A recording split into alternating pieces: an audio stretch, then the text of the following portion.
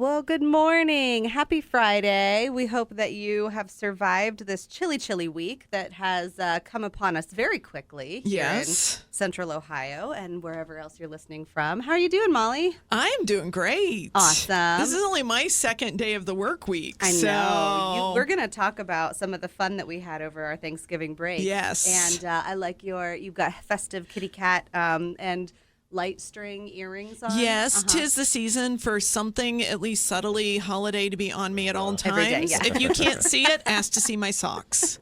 And good morning, Mark. How was your Thanksgiving? Hello, I'm doing fantastic. I just wish I had Molly's earrings. I know. It's jealousy making, isn't it? Can't wait to see the socks. I know. We'll bring you some did for you your wear earrings in Christmas the gift. 80s? I did, yes. Oh, I knew it. I still think I got one hole open. Yeah, the other one's closed up. Yeah. That's what we'll do. We'll bring you one diamond Yeah. earring just for your Christmas gift. Yeah, bringing back the 80s. Right on, baby. That other voice you heard is Mandy Henning. Welcome, Mandy. Hey. Mandy is our Ostrander Branch manager. She is always a great guest for this time of year because the wonderful thing about this time of year is we're always talking food. Yes. Always. And Mandy's always talking food. I'm talking so food every time of year. There's never not a time that she's talking food. So this is always a good time. But yeah, so let's get into it. Molly, do you have something that you read or do you want to go straight into the trip? I did have a really good book that I listened to on the trip, and I'm going to talk about it real quick. Let's do it. Again, Mom's book club strikes, and a year ago she was like, Molly, you got to read this book called The Art Thief. Oh, Well, okay. I just heard the title. I was like, fictional book on the art thief. No, this is the real story of a man who in the 90s and his girlfriend went and stole art from museums across Europe. How rude. It's a romance. It's a heartbreak. It is unbelievable. Like in the beginning, you're like, okay, this is a documentary. And the whole time you're like, how did these museums not catch on? This spree, if he had not been almost obsessed with stealing art, there is no way you'd believe this. And what time period was it? It's the 90s. The 1990s. Like I looked at my mom while I Okay. was listening to it and I was like, just so you know, Not the when I 1890s. graduated high school, I could have become an art thief. Maybe I went the wrong direction. Yeah, and lost opportunity. A fascinating story. He didn't want to sell it. He just wanted to live in this attic room of his mother's and stare at the great works. He figured out how to steal paintings off the wall. He would pocket gold and, a pistol and all of these artifacts. Absolutely reads like a fictional story. It just flows because you keep being like, how this is real. Every now and again, there's just a tone that you're like, this is real. And it's, again, called The Art Thief, a true story of love, crime, and dangerous obsessions by Michael Finkle. Everybody, it's a quick, I think it was like a 5-hour listen. Oh, so that's it's a very real short. quick Yeah. read, great holiday. You want to get lost, or maybe you've got a fiction going and you want to read something on the side. This is the audio's wonderful. But I just got to tell everybody, if you want to learn how to steal art, The Art Thief. That's amazing. That's amazing. That sounds really good. I'm going to have to add that to my list. You and then should. not be able to talk about it. I know. I know. You've already done that talked to me about it, yeah. several times. All right. Well, Mandy, you're going to tie in a book that Molly went on a trip last weekend. And Yes. Tell us where you went. I went to Nashville and then ended up in Pigeon Forge and Dollywood. I will talk more about that. I'm going to, and funny enough that we did not plan this, I am going to be taking my family there over our spring break this year. So we're I've going got to have to learn all about so it. many suggestions. But hearing that you just took that trip, and Mandy coming on today with her love of cooking, you said, well, Dolly has a new cookbook Brand out. new cookbook. There is a holds list. Get on it. Yes. What is it called? It's called Lookin Cookin. A Year of Meals. By Dolly Parton. Dolly Parton and her sister Rachel. Oh, awesome. So I looked through it. I had 1 day's notice. I did not have time to cook from it. But I will tell you the 3 things I would cook if I could cook. The first one is so sad for me because I cannot get this ingredient. It is country ham and biscuits. Have y'all had country ham? Did you have country ham while you were down there? I did. No, I did not while I was down there, but I have had country ham. I need someone to bring me a country ham from the South. I don't think I know how do you distinguish a country ham? It doesn't have to be refrigerated. It's like dry cured. Oh, okay, so you more go, of a cured meat. You go into the Piggly Wiggly and you're like, yes, I'm at the pig. And then you see a ham just hanging there, and you're like, what witchcraft is this? It's a country ham. Very nice. Delicious. They Probably are so loaded good. in sodium. Oh, so much. It's so good. But what you do is, and her recipe for biscuits is super interesting because she calls them angel biscuits. They have yeast in them as well as baking powder. So it's guaranteed. Yeah. Like it's gonna rise. They're It's going gotta. to be fluffy. Yeah, beautiful. So you do that, and then you get the country ham from the pig, and then you just put them together, and then you're living your best life. Love and that. I want one so bad. Any today. sort of like jam or cream or spread or anything like that? I don't think so. It doesn't need it. Butter. Actually, she said to put bacon grease on it. Oh, yeah. There it is. That's my girl. A little honey would be great on there too, though. Yes. A little like sweet salty. So I'm very sad I can't have that today. I could have this if I wanted, but I think I'm busy later. Fried green tomatoes with ranch dressing. Yes. Like, who doesn't want that? And it's homemade ranch. She puts buttermilk in it, a bunch of fresh herbs. The nice thing about this cookbook is it is ranked by time of year. Oh, cool. So that is the April menu because your tomatoes aren't ripe yet. Oh, okay. So you can They're start green. when you have green tomatoes. You Yeah. could think in Ohio we wouldn't have planted yet, but in the South they would have. Yes. So fried green tomatoes, ranch dressing, look delicious. Last thing, and this is also ranked by like opening act encore. So the opening act is always like an appetizer, and the encore is always a dessert. So encore, I had to do coconut cake because hers is so famous. She has the cake mix now that I honestly might be buying later. The thing she does in this that I think is such a genius move, though, is she does a white cake mix. And then she adds in coconut flakes, and she adds in coconut extract, and she adds in canned cream of coconut.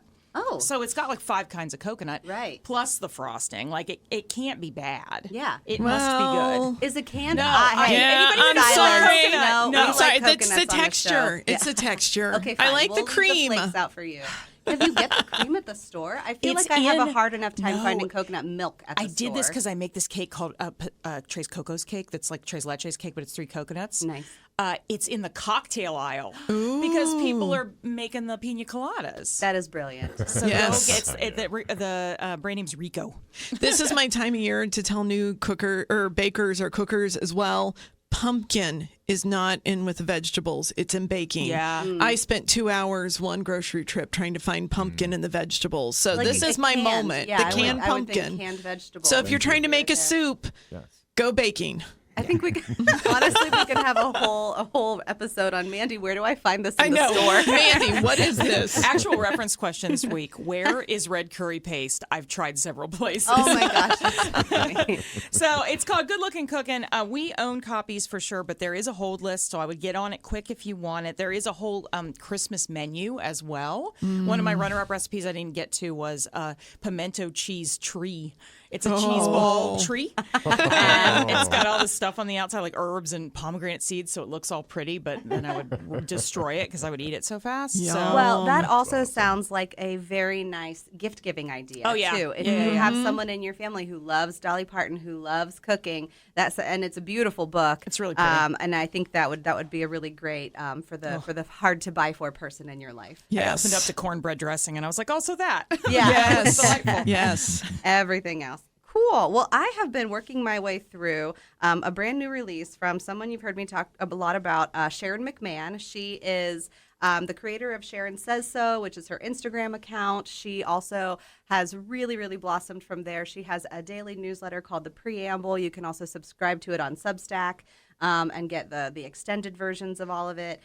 She calls herself America's government teacher, and what she does in this book called The Small and the Mighty is she tells the story of 12 unsung Americans who changed the course of history from the founding to the civil rights movement. So she does go way back to like 1770s, but really a lot of the players that she's focusing on in this story mostly were born 1850s-ish. Okay. And then we'll take you into, like she said, civil rights movement, so into 1950s-ish. But it's really beautifully structured. So what she does is she sometimes she'll focus on one individual person.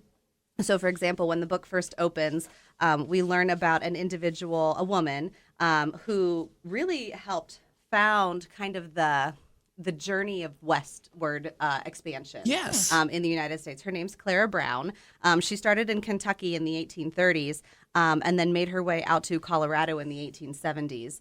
And, this is at a time when women weren't given a lot. One of the main things that Clara had happened to her was she was married to a man who passed away, and in that time, she wasn't allowed to inherit any of her own money because the man was the head of the household. Mm-hmm. So when you were a woman in that time, your father was responsible for you until you were married, and then your husband was responsible for you. And then if he dies, the state became the owner of her money.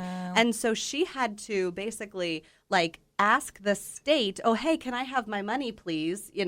Money. Mm-hmm. And so basically she had nothing, and she's like, I'm going to go west, and we're going to see how this goes. And one of the reasons why the westward expansion was so fascinating is because they needed more bodies in the state to go from a territory to a state.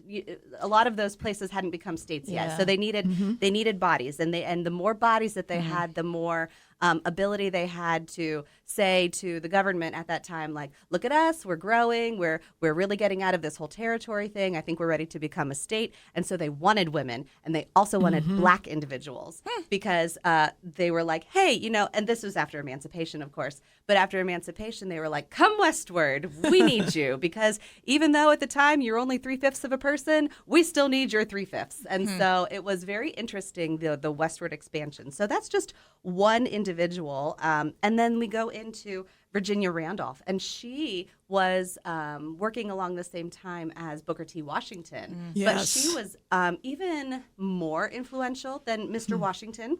And she worked to further education of black individuals around the time of 1890 to 1907. So right after emancipation, schools were segregated, but they still needed education. So she worked with that group of people. And then we go into the founding of the America the Beautiful song and how that came to be, written by Katie Bates.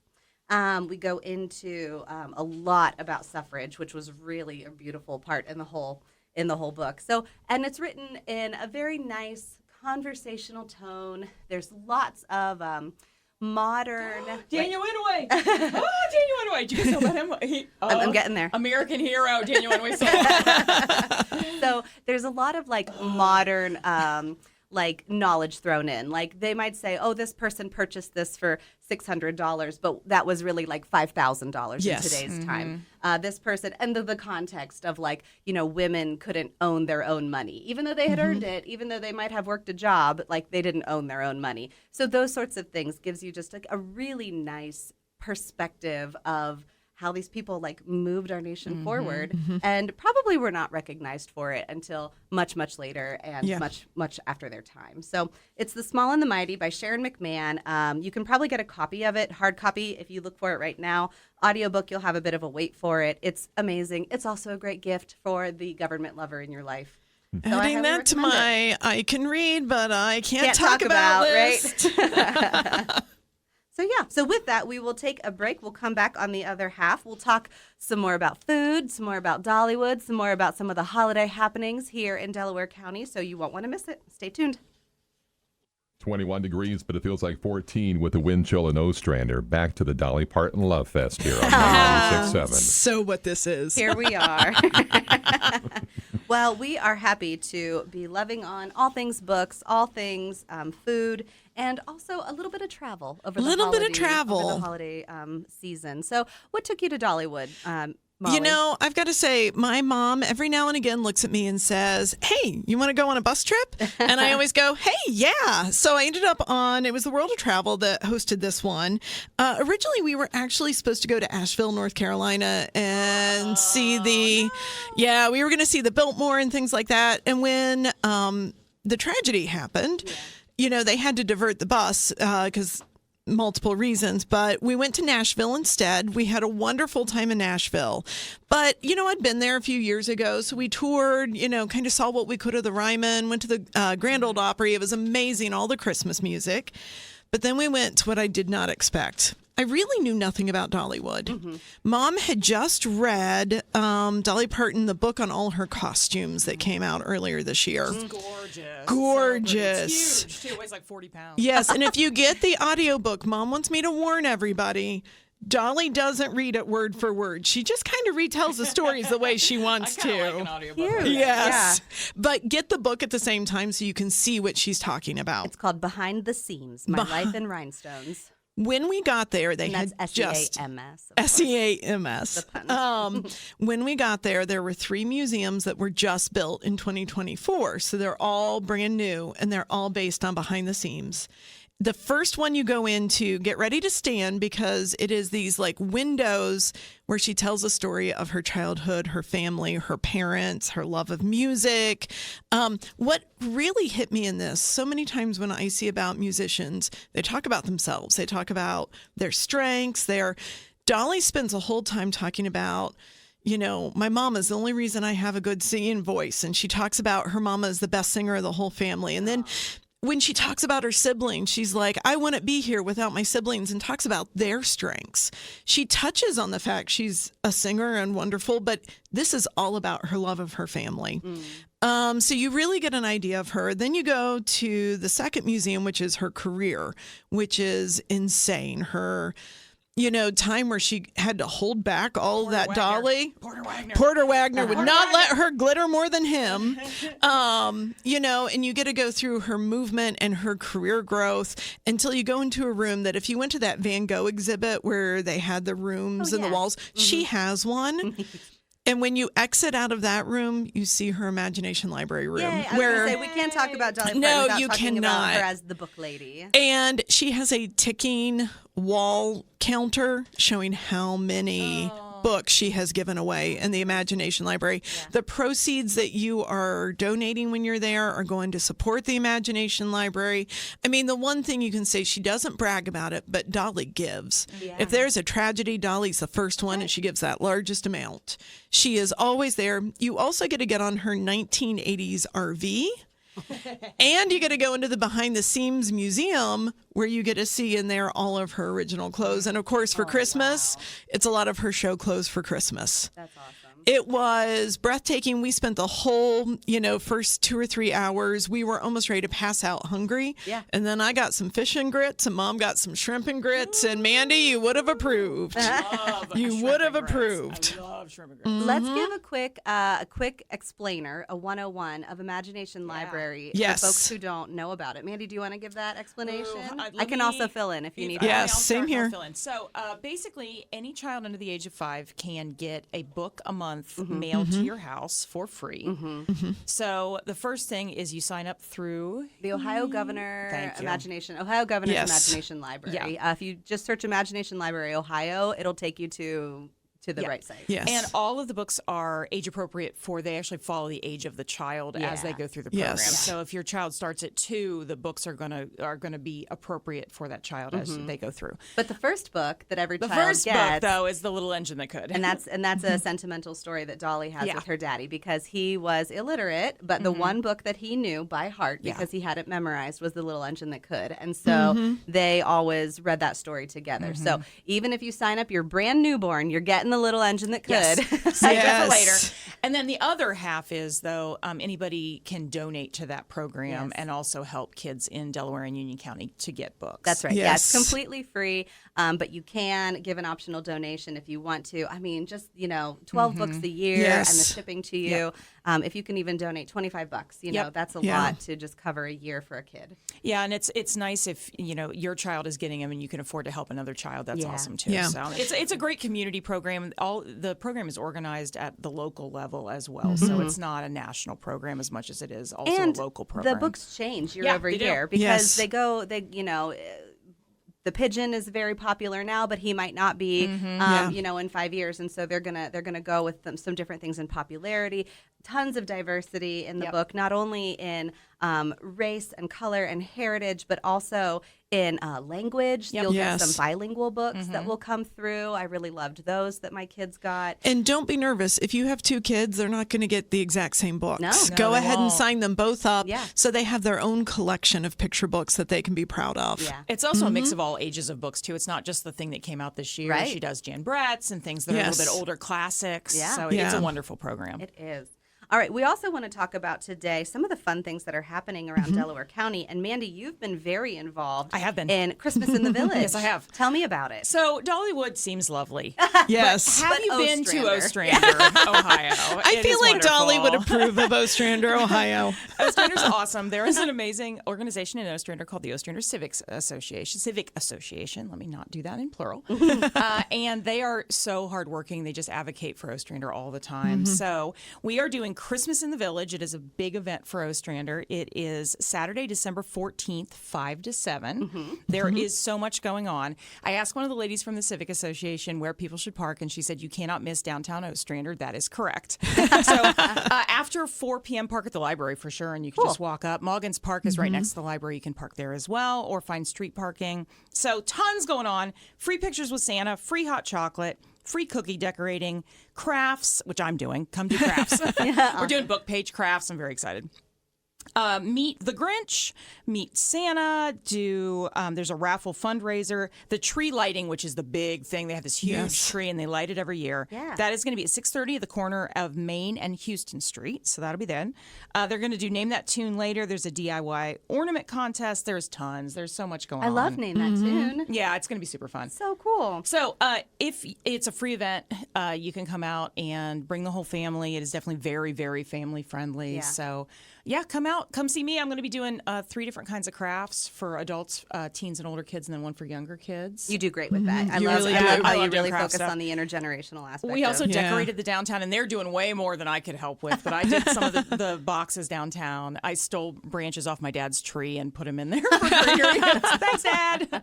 So come out for that. It is Saturday, December 14th from 5 to 7. I will be there. Everybody will be there. So much super fun. Yeah. Yeah, exactly like they said. You can't miss downtown Ostrander. If you have no idea where Ostrander is, but you do know where downtown Delaware is, just go west. Go west, my son, and seek your fortune, and also free cookies. Go west, exactly. You'll be able to find it. It's really beautiful. It's a lot. I'm going to say this about everything in Delaware County. It's a lot closer than you think. It really is. And there's so much going on. It's worth the drive. Yes. For sure. Yeah, absolutely. And once you go, remember to go back because this is the town with the little doors. So don't forget to go around and visit those. Library. Come see my library too. Yeah.